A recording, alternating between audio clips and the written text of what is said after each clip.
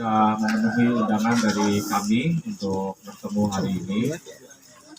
Jadi seperti yang kesempatan sebelumnya saya janjikan, saya komitmen untuk terus menjalin hubungan dengan teman-teman media di Dompu agar tercipta suatu komunikasi yang lebih produktif lah. Jadi kalaupun ada update dari teman media atau dari saya dari PTSTM bisa kita diskusikan di dalam forum. Mungkin saya berencana sih kurang lebih 3 atau 4 bulan sekali kita bisa bertemu sehingga bisa informasi ya kalau ada update dan segala macam bisa disampaikan. Sebetulnya ya tujuannya sih kita ngobrol-ngobrol aja silaturahmi. Mungkin dari saya ada sedikit update mengenai kegiatan PTSTM, kemudian termasuk isu-isu yang mungkin menjadi perhatian masyarakat dan pembaca dari media abang-abang sekalian. Nah, jadi mungkin kalau hari ini saya melihat ada beberapa media yang belum ikut pada pertemuan sebelumnya. Jadi mungkin saya akan update sedikit mengenai PTSTM sendiri. Jadi mudah-mudahan bisa mendapat gambaran mengenai siapa sih PTSTM dan apa yang sedang kita lakukan saat ini di Dompu. Mungkin Dewi yang lebih tahu sih situasinya seperti apa karena di Hulu kan. Tapi kalau saya melihat ya mungkin ada ya memang orang yang melihat kesempatan untuk kerja di STM, tapi saya nggak tahu apakah dia seorang guru honorer atau guru tetap mungkin ya. Tetapi memang di dalam bidang pendidikan ini sebetulnya yang harus kita lihat itu dan sebetulnya perlu kita betul-betul telaah lagi adalah sebetulnya bukan bantuan berupa fisiknya. Kalau fisik sih mungkin kita sumbang beberapa tahun kemudian sudah rusak gitu ya. Tetapi yang kita lakukan sebetulnya yang lebih penting kalau menurut saya itu adalah peningkatan kapasitas dari baik itu guru maupun kepala sekolah. Kita melakukan program, saya lupa namanya nanti saya sebutkan, itu kita melakukan pendampingan kepada beberapa sekolah untuk peningkatan kualitas pengelolaan sekolah dan kemampuan guru dalam mengajar. Kita harapkan dengan bantuan keterampilan dan pengetahuan tersebut, kualitas pendidikan di sekolah-sekolah tersebut menjadi meningkat. Ya, tentu saja kita barengi dengan adanya bantuan, misalkan kita tapi merenovasi beberapa perpustakaan yang tadinya ya mungkin kita yang hidup muda pada tahun 70-an dan 80-an bisa melihat biasanya perpustakaan itu ya hanya deretan buku dan kemudian kelihatan kusam dan segala macam. Kita renovasi menjadi sebuah tempat yang memang menjadikan anak-anak itu tertarik datang ke sana untuk membaca. Kita rubah menjadi interiornya menjadi bagus. Di situ juga anak-anak bisa ya bermain yang sifatnya edukatif, membaca dan segala macam. Jadi sebetulnya ya ini juga tidak terlepas dari bantuan berbagai lembaga yang memang ahli di bidang tersebut yang bekerjasama dengan PTSTM. Mungkin kalau yang guru tadi Dewi tahu. Iya, memang sebelumnya kami pernah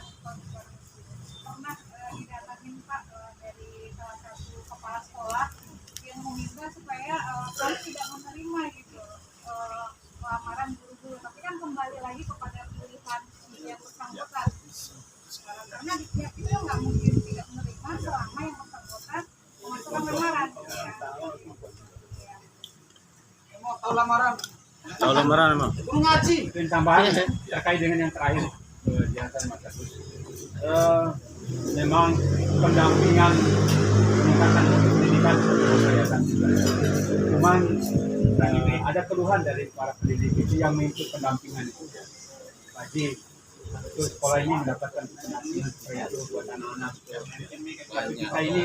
Tapi kita ini kan punya keluarga, ya minimal kita dikasih honor lah saat pulang ini, ya termasuk sebab kalau mengandalkan dana bos katanya tidak mencukupi.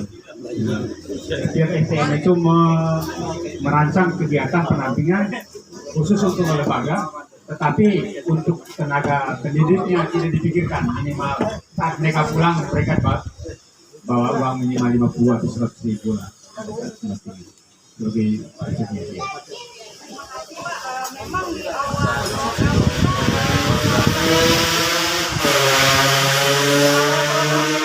adalah memang kami tidak menyiapkan penggantian transportasi Pak, karena memang itu sudah menjadi proses. Tetapi sejauh ini untuk pendampingan pendidikannya masih berjalan. Nah, besok adalah kegiatan kulminasi atau kegiatan puncak dari kegiatan pendidikan tingkat SMP Pak. Kalau tingkat SD nya sudah dilakukan minggu yang lalu di sekolah asisten pribadi sebenarnya dari ini kita bisa melihat konsistensinya guru-guru untuk mendapatkan pendampingan yang kami berikan. Nah, sejauh ini Sebelumnya saya mohon maaf, tadi saya agak terlambat hadir dalam memenuhi undangan ini. Saya ingin menyampaikan, mungkin pertanyaannya agak di luar dari materi yang disampaikan tadi. Tetapi saya ingin menyampaikan fenomena yang tengah terjadi sekarang, Pak Agus.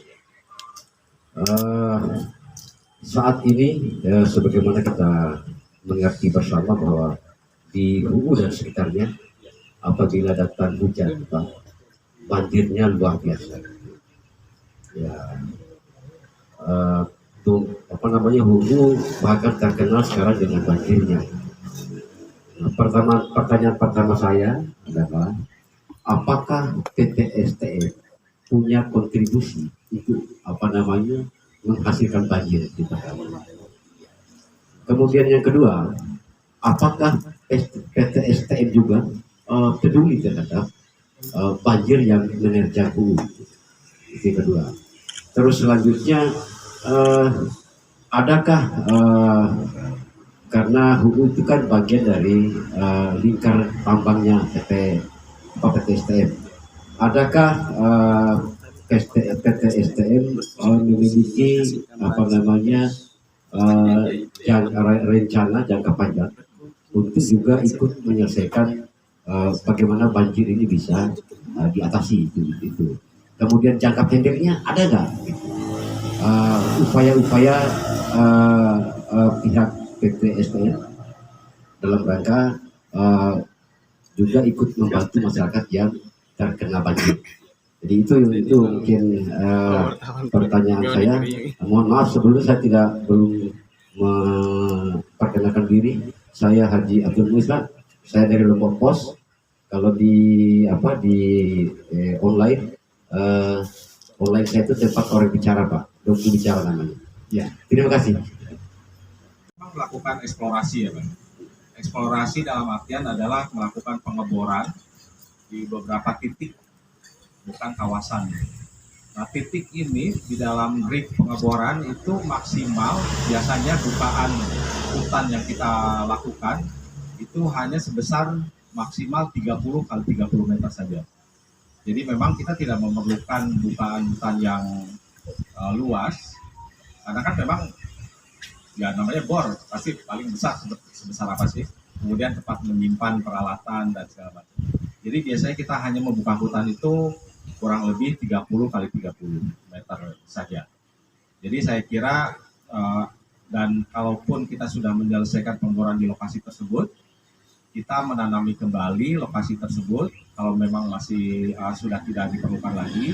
Tapi ada beberapa lokasi yang menurut tim geologi kami, misalkan kita pindah dulu ke sana, yang ini belum diapa-apakan. Nanti itu biasanya memang dibiarkan terbuka, tapi daerah penyangganya kita selalu perhatikan.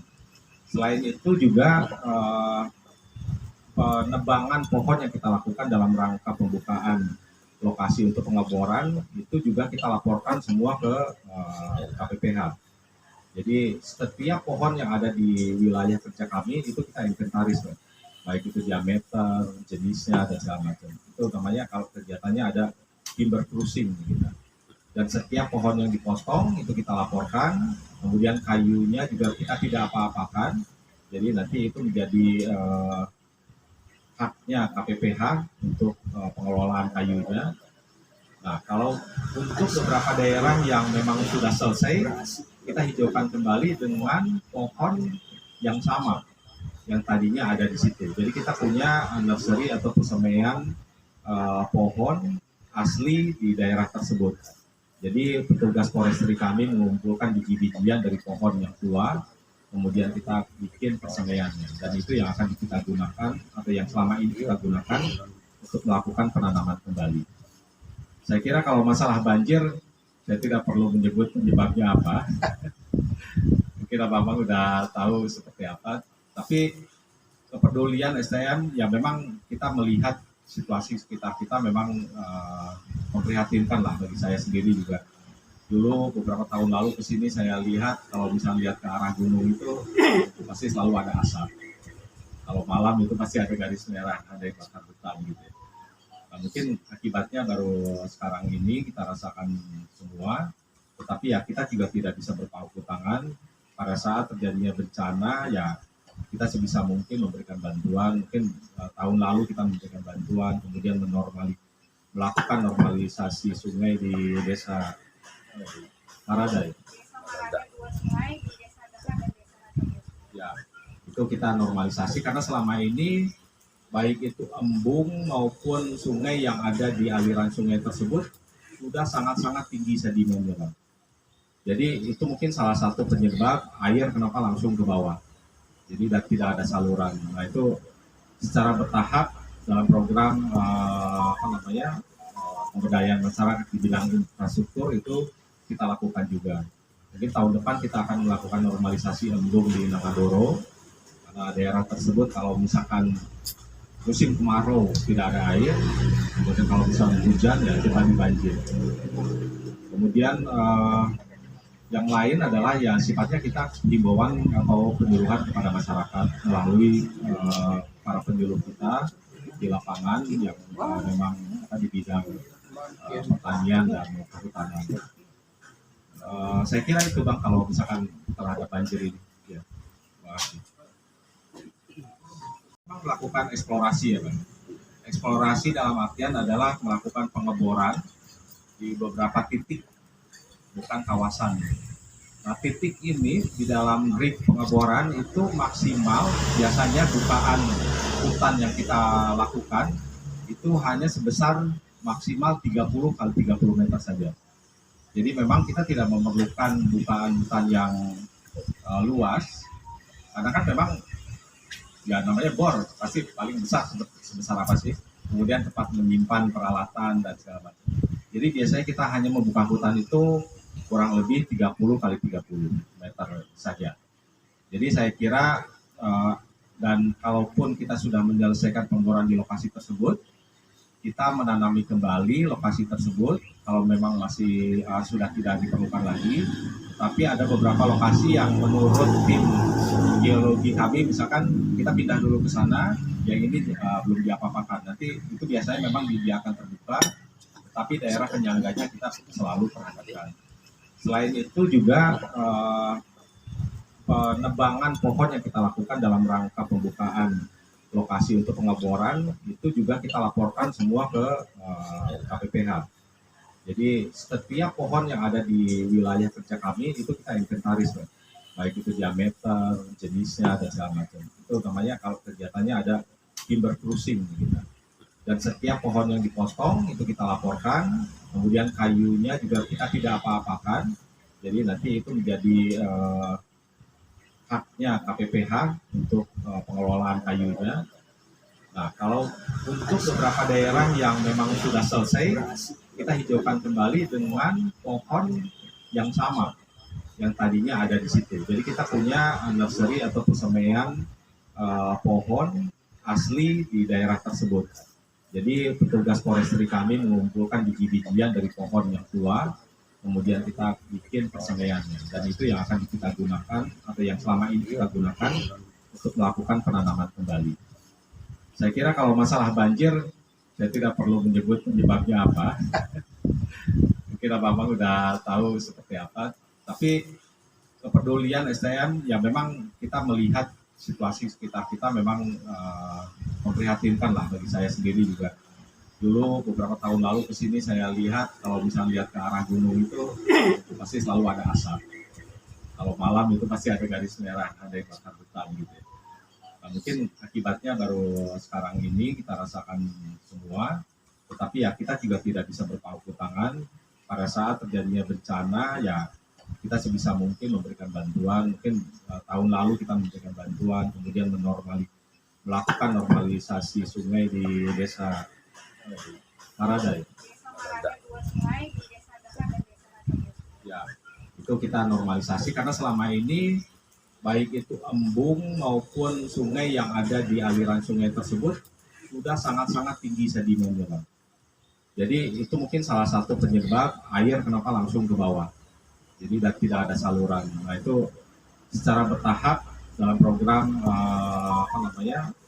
pemberdayaan masyarakat di bidang infrastruktur itu kita lakukan juga. Jadi tahun depan kita akan melakukan normalisasi embung di Nangadoro. Karena daerah tersebut kalau misalkan musim kemarau tidak ada air, kemudian kalau misalnya hujan ya kita banjir. Kemudian yang lain adalah ya sifatnya kita himbauan atau penyuluhan kepada masyarakat melalui para penyuluh kita di lapangan yang memang di bidang pertanian dan kehutanan. Saya kira itu Bang kalau misalkan terhadap banjir ini. Ya. Terima kasih. Maaf, saya kalau nggak ngomong akan dibakar katanya gitu nih Pak. Nama karena udah sebut duluan pegang ini sama videografi. Ya terima kasih. Assalamualaikum warahmatullahi wabarakatuh. Selamat siang, salam sejahtera untuk kita semua dulu. Mengawali ini saya mengucapkan terima kasih kepada pihak PT SDM yang sudah kembali mengundang kami untuk bersilaturahim di tempat ini. Sebelumnya pertemuan yang sama pernah kita ikuti di Cafe Umat 2, baru kemudian diajak untuk gelombang pertamanya main-main ke Basecamp atau ke tempat ininya SDM. Ada beberapa hal yang ingin saya tanyakan, mungkin belum ada masukan sementara ini. Yang pertama, tadi dijelaskan terkait dengan jumlah tenaga kerja itu lebih kurang 800 per November 2021. Mungkin bisa ditambahkan sedikit secara eksplisit 800 itu di bidang atau sektor apa saja mereka dipekerjakan. Juga mungkin kalau bisa berbidang persentase lokal maupun non lokalnya. Agar kenapa saya bertanya seperti itu? Kami juga mendapatkan beberapa pertanyaan. Cuman walaupun sedikit memiliki pengetahuan, merasa tidak memahami kalau kami yang menjelaskan. Mumpung ada kesempatan bersama Pak Agus, ya mohon Pak Agus menjelaskan. Terus yang kedua, waktu kami melansir berita kalau nggak salah 5 Desember yang lalu terkait dengan pencapaian yang luar biasa dari PT SDM, 3 juta jam kerja tanpa kecelakaan kerja itu kan luar biasa. Nah, walaupun tidak ada kaitannya dengan masalah yang kita angkat, muncul beberapa pertanyaan dari masyarakat baik di Facebook maupun di WhatsApp. Pertanyaan mereka itu saat ini proses yang dilakukan oleh PT SDM itu sudah sampai pada tahap mana? Kalau eksplorasi kok lama sekali? Nah, ini masih ada yang belum paham tentang itu juga. Kemudian yang kedua, eksploitasi estimasi akan dilakukan itu kira-kira mulai kapan? Saya pikir hanya 2 itu pertanyaan saya Pak. Terima kasih.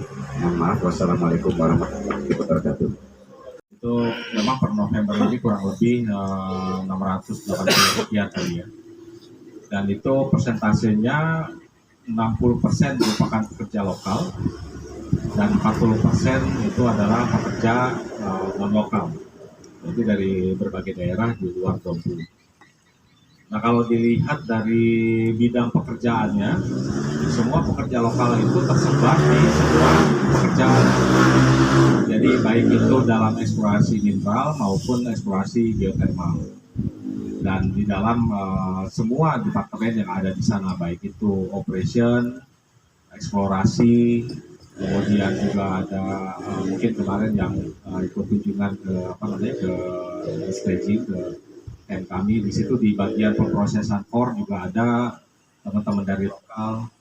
Bahkan saat ini sudah ada engineer dari Kecamatan Hulu, kalau tidak salah sudah ada 2 orang.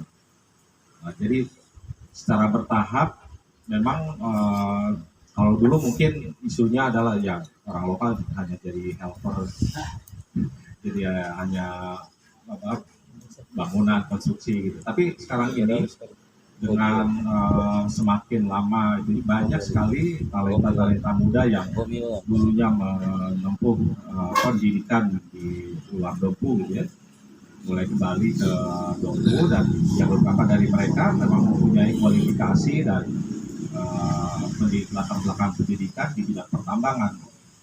Dan saya kira dari kemarin saya dengar dari Pak Gubernur juga provinsi menyediakan ratusan beasiswa, tapi khusus untuk bidang-bidang teknik, khususnya pertambangan.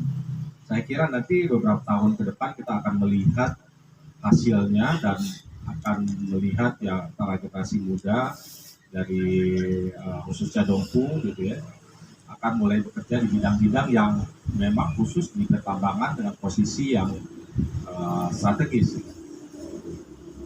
Kemudian STM sendiri tahun ini mencoba untuk memberikan beasiswa sebanyak 10 juga kepada jurusan-jurusan yang sifatnya teknis yang terkait dengan pertambangan. Jadi kita mulai dengan 10 mahasiswa. Ya kita harapkan nanti dengan tahun-tahun ke depan kita akan terus meningkatkan itu. Tapi terus terang memang kita ini masih pilot project, karena bagi kami juga ini masih pertama kali. Mungkin kalau misalkan ini berhasil, kita akan terus tingkatkan jumlahnya. Kemudian yang kedua tadi apa ya Bang? Lupa saya. Soal eksplorasi ya. Tahap sekarang ini sudah sampai tahap mana? Ya, mengenai tahapan, memang seperti tadi saya sampaikan, sebetulnya meskipun tahapan eksplorasi itu sudah dimulai mungkin dari tahun 2009 gitu ya, tetapi istilahnya tancap gasnya itu baru dimulai tahun 2000. Eksplorasi dimulai mungkin dari tahun 2009 ya, tapi mulai betul-betul kita mengerjakan atau serius karena ada penemuan foto itu baru dimulai tahun 2019. Jadi relatif mungkin sampai saat ini baru 2 tahun gitu melakukan itu. Memang sebelumnya kita, karena eksplorasi itu kan kalau melakukan pengeboran itu di jarak, misalkan pengeboran pertama itu pengeboran kedua itu 400 meter misalkan jarak antar lubangnya. Nah dari situ naik lagi prosesnya itu kita rapatkan lagi, misalkan setiap 200 meter. Lama-lama nanti per 100 meter. Dan dari situ baru kita ketahuan hasil dari pengecekan itu bisa kita gambarkan lebih pasti. Nah sebelum-sebelumnya kita memang melakukan eksplorasi itu ya belum sampai tahap sekarang ini, tapi sekarang ini memang kita sudah cukup data yang menggembirakan dan membuat kita yakin untuk meneruskan proses eksplorasi ini. Kalau sampai ke tahap produksi, menurut perkiraan dari tim engineering kami sih kurang lebih di tahun 2029 atau 2030 kita akan masuk ke dalam tahapan itu. Tapi kembali lagi itu ditentukan oleh hasil dari eksplorasi yang saat ini kita lakukan. Jadi saat ini kita melakukan tes geologi, geoteknik, ya, kemudian geokimia. Nah itu untuk meyakinkan kita bahwa potensi yang ada tersebut betul-betul layak secara ekonomis dan teknis. Terima kasih.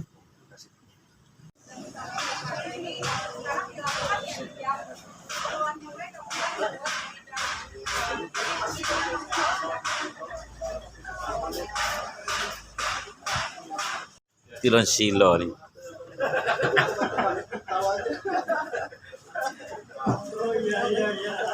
Lagi sibuk terus Pak sekarang ini. Makan siang.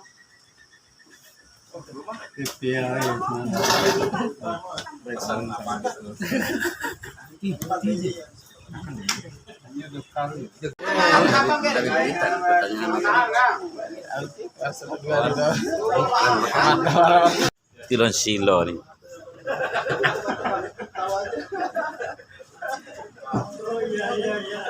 Lagi sibuk terus Pak sekarang ini. Makan siang.